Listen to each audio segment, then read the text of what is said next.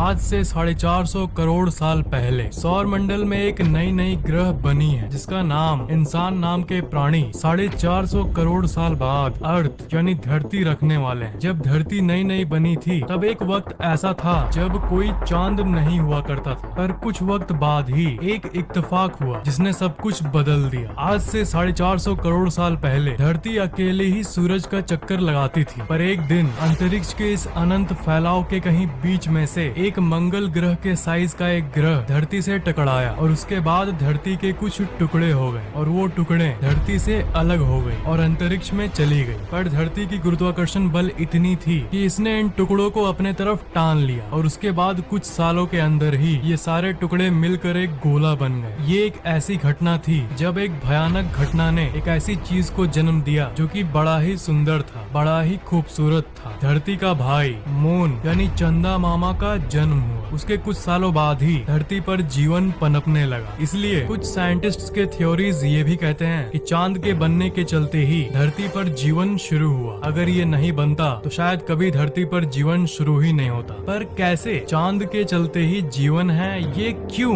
मतलब कैसे? इस चीज को समझने के लिए ये एक बार देख लो कि अगर चांद फट जाए तो क्या होगा। तब आप खुद समझ जाओगे कि चांद क्यों जरूरी है। दुनिया के खत्म होने की जितनी भी हाइपोथेसिस है उनमें से ये सबसे डेंजरस है। धरती पर मौजूद पूरे समुद्र को एक्चुअली चांद ही कंट्रोल करता है। चांद धरती के चारों तरफ घूमते घूमते धरती के समुद्र को अपने तरफ टानता है और इसी के चलते समुद्र में पानी बहुत ऊंची लेवल पर उठती है जिसे लहरें कहते हैं, और इसी गुरुत्वाकर्षण बल के चलते ही टाइड्स यानी समुद्री ज्वार उठते हैं। हम लोग हमेशा ये वीडियोस में देखते हैं कि समुद्र में ये लहरें होती है, पर हम लोग कभी ये नहीं सोचते हैं कि ये लहरें आखिर उठते क्यों हैं। कई लोग सोचते हैं कि ये हवा के चलते होता है, तो आज आप जान लो कि ये हवा के चलते नहीं बल्कि यहाँ से करीब 3,84,400 किलोमीटर दूर अंतरिक्ष में मौजूद चांद के चलते होता है, जो धरती के समुद्र के पानी को ग्रेविटी की मदद से अपने तरफ खींचता है। एक्चुअली में सूरज भी अपने ग्रेविटी की मदद से पानी को अपने तरफ पुल करता है, पर क्योंकि सूरज धरती से बहुत दूर है इसलिए उससे ज्यादा फर्क नहीं पड़ता। चांद जितना धरती से दूर है सूरज उससे 400 गुना ज्यादा दूर है, इसलिए सूरज का साइज बड़ा होते हुए भी इतनी दूरी के चलते उसका प्रभाव कम पड़ता है। मतलब चांद और सूरज दोनों मिलकर धरती के पानी को अपने तरफ खींचते हैं। पर wait a minute, let's do an experiment. हम लोग इस सिस्टम से चांद को हटा देते हैं, मतलब अगर चांद ब्लास्ट हो जाए, फट जाए, तब क्या होगा? तब समुद्र का सारा कंट्रोल सूरज के पास पहुंच जाएगा और तब जो होगा उसे कहते हैं कयामत। सूरज का गुरुत्वाकर्षण बल धरती के पानी को उतना इफेक्ट नहीं कर पाता, पर ये बात तभी तक सच सूरज का गुरुत्वाकर्षण बल धरती के पानी को उतना इफेक्ट नहीं कर पाता, पर ये बात तभी तक सच था।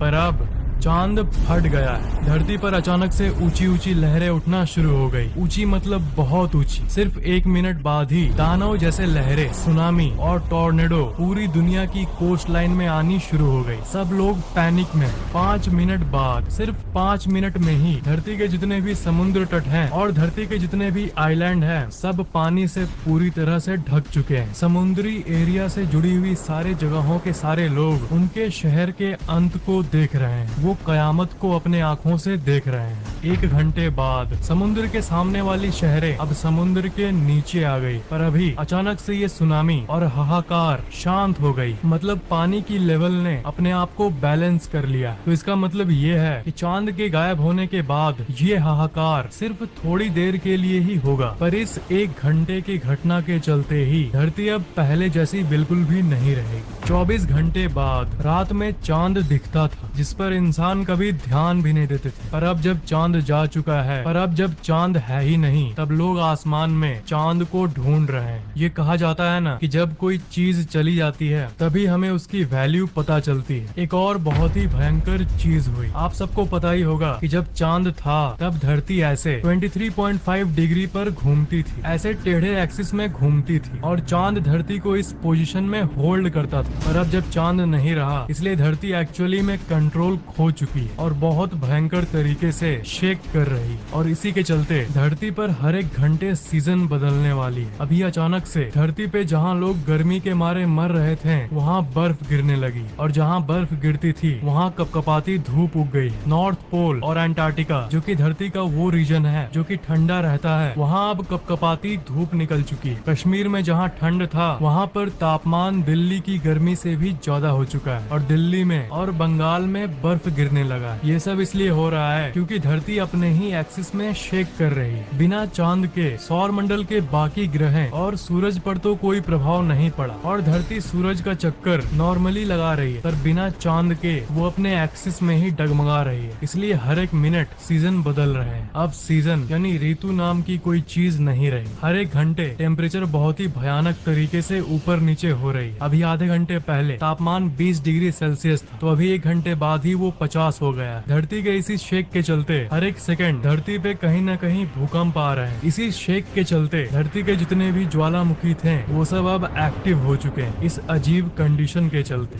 12 घंटे बाद अभी सुबह में टेम्परेचर 40 डिग्री था, पर रात को अचानक से टेम्परेचर 0 डिग्री सेल्सियस पहुंच चुका है। लोगों का फिल्टर का पानी, टैंक का पानी सब बर्फ में बदल चुका है। न्यूज चैनल्स में ये खबर आ गई है कि धरती की 700 करोड़ की आबादी में से लगभग 100 करोड़ लोग जो कि समुद्र के करीब वाले एरिया में रहते थे उनकी मौत हो चुकी है। मुझे ये बोलते हुए बहुत दुख हो रहा है कि भारत की समुद्र की कोस्ट लाइन भी अब पानी के अंदर आ चुकी है, जिसमें गोवा, मुंबई, कन्याकुमारी सब मौजूद थे। और ये हमारे धरती की इतिहास की सबसे बड़ी घटना है। 5वां दिन बिना चांद के इस अजीब मौसम वाले दुनिया में लोग बड़ी ही तकलीफ में जी रहे हैं। हर एक घंटे में बहुत गर्मी होती है और दूसरे घंटे इतनी ठंड होती है कि पानी बर्फ में बदल जाती है। दुनिया के सारे सुनामी के चलते पानी के अंदर की जीवन पर भी बहुत बुरा प्रभाव पड़ा है, और इसलिए समुद्र की मछलियाँ और बाकी जीव जिंदा नहीं रह पा रहे हैं। समुद्र में नए नए प्रकार के हाइब्रिड टाइप के दिखने वाले नए नए मछलियों का जन्म हो रहा है, जो कि इस नई कंडीशन में जीने के लिए बने हैं। किसान अब खेत में अनाज नहीं उगा पा रहे क्योंकि मौसम इस तरह बदल रहा है कि वो अनाज उगने ही नहीं दे रहा। इसलिए पूरे धरती में सिर्फ 5 दिनों में ही खाने की कमी होना शुरू हो गई, क्योंकि लोगों को पता चल गया है कि ऐसी अवस्था में खाना अब सिर्फ साइंस की लेबोरेटरी में उगाया जा सकता है, जहाँ साइंटिस्ट टेक्नोलॉजी के जरिए आर्टिफिशियल मौसम बनाकर एग्रीकल्चर करेंगे। इसलिए खाने की प्राइस लगभग 100 गुना बढ़ चुकी है। लोग इस अजीब मौसम से बचने के लिए अंडरग्राउंड बेसमेंट बनवा रहे हैं। ये तो कुछ भी नहीं हुआ, अब एक ऐसी भयानक चीज हुई है जिससे पूरी दुनिया चौंक गई, और ये 6वें दिन में हुआ है। 6 घंटे बाद 6ठा दिन। आपने बिल्कुल सही सुना, 6ठा दिन तो हो गया है, पर 5वें दिन के बाद सिर्फ 6 घंटे बाद ही 6ठा दिन हो गया है। मतलब अब दिन सिर्फ 3 घंटे का हो रहा है और रात और 3 घंटे का। मतलब एक पूरा डे 24 घंटे का नहीं बल्कि अब सिर्फ 6 घंटे का हो रहा है, क्योंकि जब चांद था तब धरती के रोटेशनल स्पीड यानी घुमावों के स्पीड को चांद अपने गुरुत्वाकर्षण बल की मदद से कंट्रोल करता था, उसे रोकता था, जिसके चलते एक दिन 24 घंटे का होता था। पर अब जब चांद जा चुका है इसलिए धरती का रोटेशनल स्पीड वापस बढ़ चुका है, जिसके चलते एक दिन बस 6 घंटे का हो चुका है। इन 5 दिनों में ही धरती की रोटेशनल स्पीड वापस बढ़ गई। मतलब अब एक साल में 365 दिन नहीं बल्कि 1000 से ज्यादा दिन होंगे। सामान्य लोगों को समझ नहीं आ रहा कि ये क्या हुआ। 24 घंटे के अंदर अब 4 बार सूरज निकलता और डूबता है। धरती के सारे घड़ी अब कोई मतलब नहीं बना रहे। साइंटिस्ट अब एक नई टाइम सिस्टम बनाने की कोशिश कर रहे हैं। 1 महीने बाद,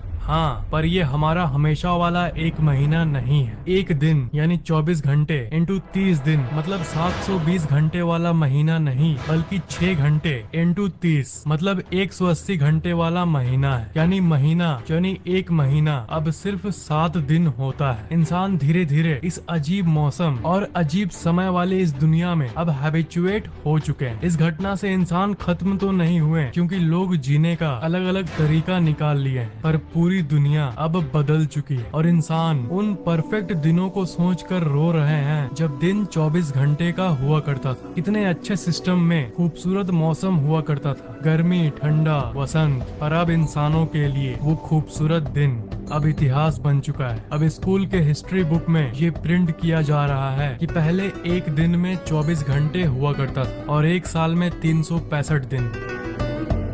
अब ये पूरी कहानी से बाहर निकल जाओ। सिर्फ एक बार ये कहानी देखकर ही आप ये समझ सकते हो कि चांद हमारे लिए कितना जरूरी है। जिस तरह सूरज हमारे लिए जरूरी है, चांद भी धरती के जीवन के लिए उतना ही महत्व रखता है। एक और बहुत इंटरेस्टिंग फैक्ट मैं आपको बताना चाहूंगा कि ये जो स्टोरी मैंने आपको बताया, कई साइंटिस्ट्स ये मानते हैं कि बिल्कुल यही एग्जैक्ट घटना मंगल ग्रह का इतिहास है। साइंटिस्ट्स को ये लगता है कि मंगल ग्रह का पहले एक बहुत बड़ा चांद हुआ करता था और मंगल पर जीवन भी था, पर एक मरता हुआ तारा जिसे सुपरनोवा कहते हैं, उससे एक गामा एनर्जी बीम निकली और उसने मंगल के चांद को पूरी तरह से एक्सप्लोड कर दिया और उसके चलते मंगल डिसबैलेंस हो गया और सालों के अंतराल में वहाँ का कंडीशन इतना खराब हो गया कि वो रहने लायक नहीं रहा और वहाँ जीवन पूरी तरह से खत्म हो गया। और इसलिए साइंटिस्ट्स एक्चुअल में सच्ची दुनिया में ये देखते हैं कि मंगल अपने एक्सिस में बहुत ज्यादा ही शेक करता है, उसी तरह जैसा कि हमने इस हाइपोथेसिस में धरती को शेक करते हुए देखा था। ये एक बहुत ही शॉकिंग थ्योरी है। इस थ्योरी को सुन के आपके मन में ये आ रहा होगा कि अब क्या कोई नियर बाई मरता तारा सच में है और क्या इसकी चांसेस है कि वो हमारे चांद को हिट कर ले। असल में यही एक वजह है जिससे चांद सच में फट सकता है। पर दोस्त, अब मैं बोलूंगा कि आप रिलैक्स करो, क्योंकि वैज्ञानिकों ने जितना एनालाइज किया है उसके हिसाब से ऐसा कोई सामने का तारा है ही नहीं जो ऐसा कर पाए। हो सकता है कि मंगल के केस में ऐसा कोई तारा हो,